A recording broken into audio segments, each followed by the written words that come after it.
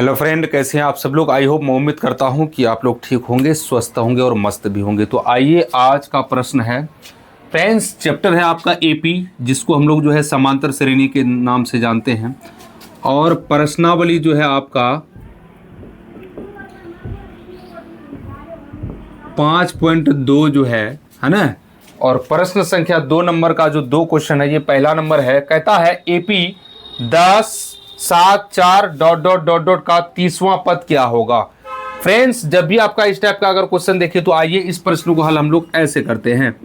क्या दे रखा फ्रेंड्स, आपको एक बात बहुत अच्छी तरह से पता होगा कि किसी भी ये जो आपका जो श्रेणी है, प्रथम पद आपका जो है ए होता है ना। प्रथम पद को ए से सूचित करते हैं, जो कि आपका फ्रेंड ए बराबर 10 है ना। अब सार्व अंतर जो निकालेंगे है ना, सार्व अंतर को हम लोग डी से सूचित करते हैं, जो कि आपको हम बहुत अच्छी तरह से बता चुके हैं बेसिक क्लास में। तो आइए, सार्व अंतर कैसे निकालते हैं फ्रेंड। दूसरा पद में से प्रथम पद को घटाना पड़ता है। तो दूसरा पद में यहां पर मैं क्या दे रखा फ्रेंड, 7। तो आइए 7 अब माइनस प्रथम पद क्या है 10। तो जब 7 में से -10 करेंगे तो आपका -3 हो जाएगा है ना। और 30वां पद कह रहा है, इसका मतलब n है ना। n बराबर 30 दे रखा है यहां पर मैं फ्रेंड। तो आइए, अब जो है एक फॉर्मूला बहुत अच्छी तरह से आपको मालूम होगा कि an बराबर क्या होता है, a plus into n minus 1 into D होता है। तो आइए, a का मान क्या दे रखा है, 10 है तो 10 लिखेंगे। अब प्लस है तो प्लस, इंटू n का मान 30 है तो 30 लिखेंगे, -1 है तो 1। अब गुना में d का मान आपका -3 निकला है तो -3 दे दीजिए आप। उसके बाद आपको क्या करना है, 10 है तो 10, अब प्लस है तो प्लस दीजिए। 30 में से 1 गया तो 29 होगा, अब गुना माइनस का 3 हो जाएगा फ्रेंड। अब क्या करना है, 10 है तो 10, अब प्लस गुना माइनस आपका माइनस होता है। 29 गुना 3 कीजिए तो 9 तिया 27 के साथ हासिल 2 हुआ, 3 दूनी 14 8। तो इस तरह से आपका प्लस 10 है, -87 है तो 10 उसको हम दे देंगे तो -77 आएगा। इस तरह से आपका आंसर ये हो गया। तो आई होप आपको समझ में आ गया होगा। ओके, हाँ, तो अब आइए क्वेश्चन नंबर सेकेंड में।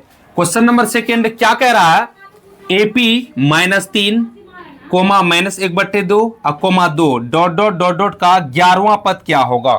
ठीक है, तो हमको जो है 11वां पद निकालना है कि क्या होगा। तो आइए इस प्रश्न को हम लोग सॉल्व करते हैं। आपको लिख देना है हल है ना। और आपको बहुत अच्छी तरह से पता है कि प्रथम पद ए होता है, तो ए बराबर यहां पर क्या है, -3।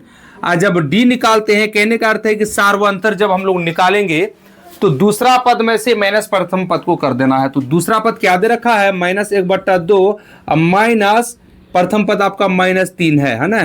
तो क्या हो जाएगा यहां पर में, -1/2 अब माइनस इंटू माइनस प्लस 3 एकम 3, इसके नीचे कुछ नहीं तो 1 डाल करके इसको आप जो है सॉल्व कर दीजिए। 2 और 1 का एलसीएम आपका 2 होगा, 2 भागा 2 भागफल 1, 1 गुना -1 तो -1 हुआ। अब प्लस है तो प्लस 2 भागा 1 भागफल 2 और 2 गुना 3 तो 3 दूना 6। कहने का अर्थ है कि 5/2 आपका हुआ सार्वअंतर। और n का मान क्या दे रखा फ्रेंड, 11 दे रखा। वहां पद जहां भी आपको अगर वहां पद दिखे तो आपको समझना है, इसका मतलब n का मान दे रखा है। तो n का मान आपका क्या है, 11 दे रखा है। ठीक है, तो उसके बाद आपको जो है an का फॉर्मूला लगा देना है। ठीक है ना। तो an का जो फॉर्मूला हम आपको क्या बताए हैं, an बराबर a plus into n minus 1 into D होता है। ठीक है ना।